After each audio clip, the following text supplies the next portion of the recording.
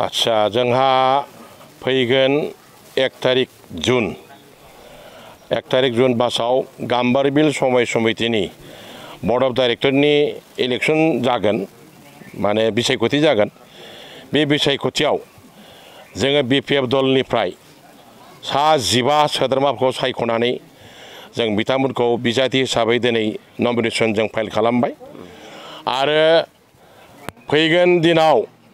मेला आरोबाव समबाय दंबावो बेफोराव जों होजोबगोन दाख्लै थांनाय बिन्नाखाथा समबाय समितियावबो जों होदों बेवहायबो जोङो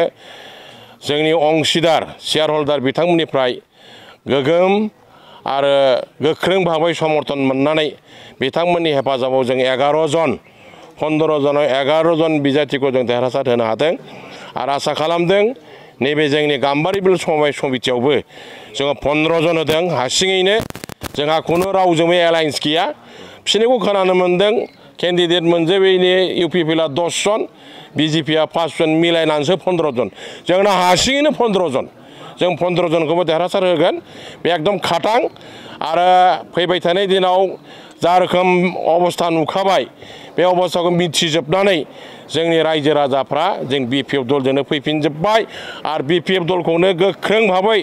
समर्थन होनानै नैबे गाम्बारि बिल समबाय समितिनि